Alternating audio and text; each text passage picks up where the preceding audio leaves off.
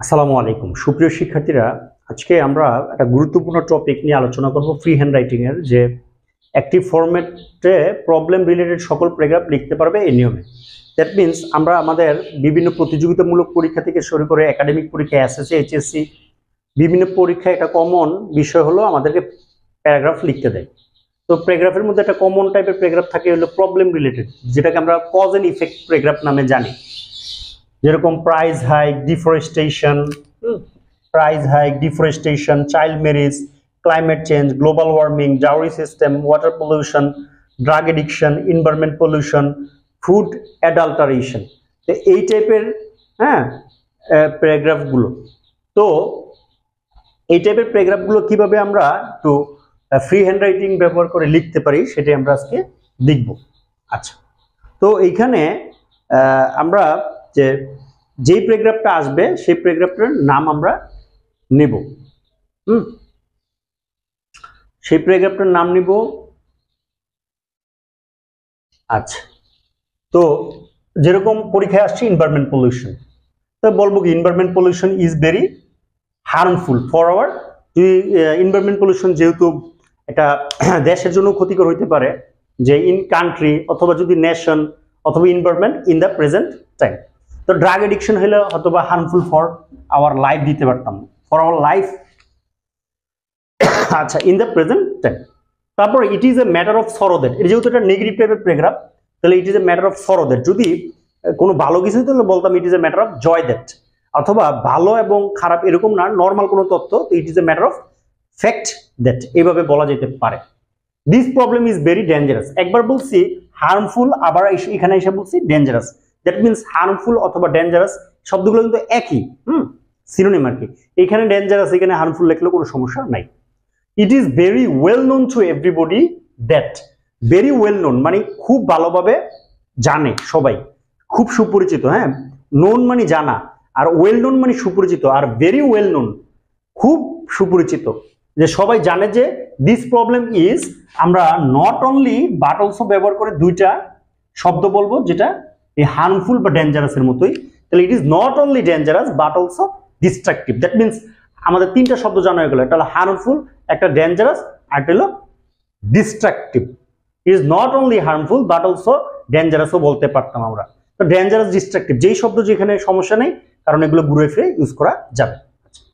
This problem is so, এতটাই harmful that, আমরা যারা কমপ্লিটিং সেন্টেন্স পড়ছি তারা জানি সো ডট ডট দ্যাট, এরকম একটা জিনিস আছে যেটা সো এর মানে এত, দ্যাট এর মানে হলো যে।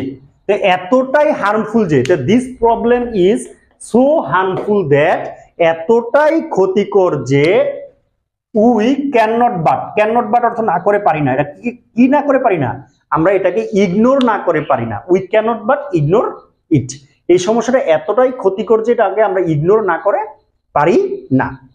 We can not but ignore it. কিন্তু বাট, কিন্তু পিপল আর নট কনসিয়াস, কিন্তু লোকজন এটার ব্যাপারে কি না, কনসিয়াস না, people are not conscious of it. আর আমরা জানি কনসিয়াস এর পর প্রিপোজিশন অফ বসে। কনসিয়াস এটার সিনোনিম হিসাবে আমরা ইচ্ছা করলে অ্যাওয়্যার, কনসিয়াস বানানটা হলো CONSCI, সায়েন্সের সাই, উইএস, conscious. We are not conscious of it, আমরা এটার ব্যাপারে সচেতন না। তারপর দেয়ার আর মেনি ডেট্রিমেন্টাল, এই যে আমরা ডেট্রিমেন্টাল শব্দটা বলতেছি, ডেট্রিমেন্টাল এটাই হার্মফুল, তারপরে ডেঞ্জারাস, ডিস্ট্রাকটিভ, এটারই সিনোনিম। দ্যাট মিনস আমরা এটার যে কোনো জায়গায় এখানে ইচ্ছে হলে হার্মফুল লিখতে পারতাম, ঘুরে ফিরে লিখবো। তো there are many detrimental sides of this problem, এই সমস্যাটার অনেক ক্ষতিকর দিক আছে। দ্য ফার্স্ট এন্ড ফরমোস্ট, এমনি আমরা যদি বলতাম the first detrimental side is, তাও হইতো the first detrimental side is, প্রথম ক্ষতিকর দিকটা হলো। কিন্তু দ্য ফার্স্ট এন্ড ফরমোস্ট বললে বাংলা দ্বারায় সবচেয়ে প্রধান, দ্য ফার্স্ট এন্ড ফরমোস্ট মানে হলো সবচেয়ে প্রধান। Detrimental side is it hampers our normal life, এটা আমাদের স্বাভাবিক জীবনকে বাধাগ্রস্ত করে, হ্যাম্পার্স করে our normal life. Not only that, তাছাড়া, আমরা তাছাড়া হিসেবে নট অনলি দ্যাট বা সামনে আরো পড়বো moreover, besides, again, furthermore, next, এই শব্দগুলো সব তাছাড়া। Not only that, it is the main cause মানে কারণ, it is the main cause of our social disorder. আচ্ছা, ডিসঅর্ডার মানে বিশৃঙ্খলা, অর্ডার মানে শৃঙ্খলা, আর ডিসঅর্ডার মানে কি বিশৃঙ্খলা। It is the main cause of our social disorder. তাছাড়া ইট স্পয়েল, আচ্ছা ইট স্পয়েল হলো ভার্ব আর থার্ড পারসন সিঙ্গুলার হলে ভার্বের শেষে কি হয় এস বা ইয়েস। তো it spoils peace and happiness, এটা সুখ এবং শান্তিকে কি করে নষ্ট করে। It spoils peace and happiness. আচ্ছা এই পর্যন্ত আমরা মোটামুটি বললাম। তারপরে এখন আমরা প্রথম বাক্যটা আবার লিখবো, তবে এই জায়গায় একটা সিন্স দিব।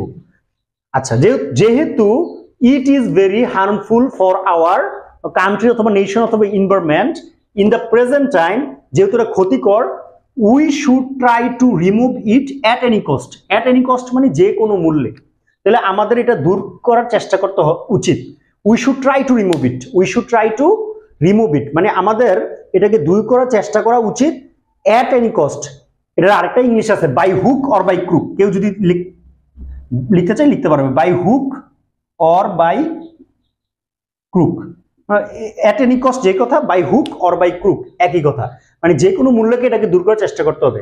আচ্ছা তো আমরা এখন যদি বলি যদি ইফ দূর করতে না পারি, হ্যাঁ দূর করার চেষ্টা না করি, if we do not try to remove ইট, যদি দূর করার চেষ্টা না করি, উই উইল ল্যাগ বিহাইন্ড, আমরা কি হব পিছিয়ে যাব। আর আমরা জানি এটা কিন্তু এল ইজি না, এটা হলো এল এজি, ল্যাগ বিহাইন্ড মানে পিছিয়ে যাওয়া।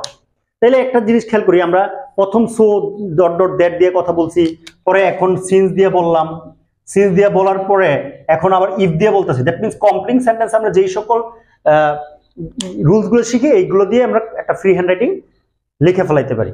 বা এটা যে কোনো টপিকের উপর আমরা লিখে ফেলাইতে পারি। If we do not try to remove it we will lag behind, যদি আমরা দূর করার চেষ্টা না করি তাহলে আমরা পিছিয়ে যাব। আর আমরা জানি ইফের সাথের অংশ বর্তমান থাকলে পরের অংশটা উইল আনতে হয় বা ফিউচারে যেতে হয়। We should be aware of it, আমাদের অ্যাওয়্যার অফ বা কনসিয়াস অফ ইট, আমাদের এটার সম্পর্কে সচেতন হওয়া উচিত। সো দ্যাট, আমরা জানি সো দ্যাট মানে যাতে, এই যে আরেকটা কমপ্লিট সেন্টেন্সের নিয়ম আনলাম, এটা হলো সো দ্যাট। আগে পড়ছিলাম সো ডট ডট দ্যাট এত যে, আর এখন সো দ্যাট যেটার বাংলা হলো যাতে। তাহলে আমাদের সচেতন হওয়া উচিত যাতে we can make our country অথবা নেশন অথবা এনভায়রনমেন্ট বেটার, মানে আমরা যাতে আমাদের জাতিটাকে বা দেশটাকে আরো ভালো করতে পারি, এই জন্য সচেতন হওয়া উচিত। We have to come forward, come forward মানে এগিয়ে আসা, লেস্ট, তা আমাদের এগিয়ে আসা উচিত। লেস্ট আমরা জানি লেস্ট মানে না হলে, আমরা জানি যারা লেস্ট সম্পর্কে জানি যে লেস্ট থাকলে পরে সাবজেক্টের পরে একটা শুড অথবা মাইট ইউজ করতে হয়, দেন ভার্বের প্রথম রূপ ইউজ করতে হয়।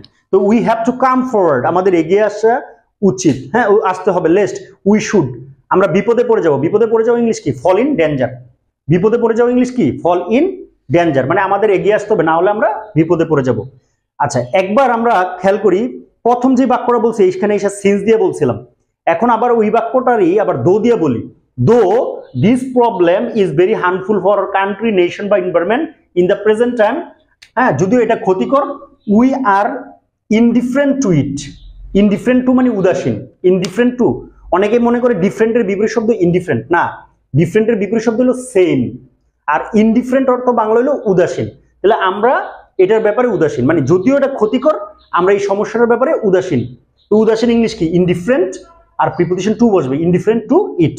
এখনই সময়, it is high time to solve the problem, এখনই সময় সমস্যাটা সমাধান করার, it is high time to solve the problem. তো এখানে আমরা সো দ্যাট, তারপরে দো, অল দো এর নিয়ম বা লেস্টের নিয়ম, তারপরে it is time, it is time বা হাই টাইমের নিয়ম, এগুলো দিয়ে আমরা কিন্তু দ্যাট মিনস আমরা কমপ্লিট সেন্টেন্সে যা যা ইউজ করতাম এগুলো দিয়ে আমরা ফ্রি হ্যান্ড রাইটিং করে ফেলছি।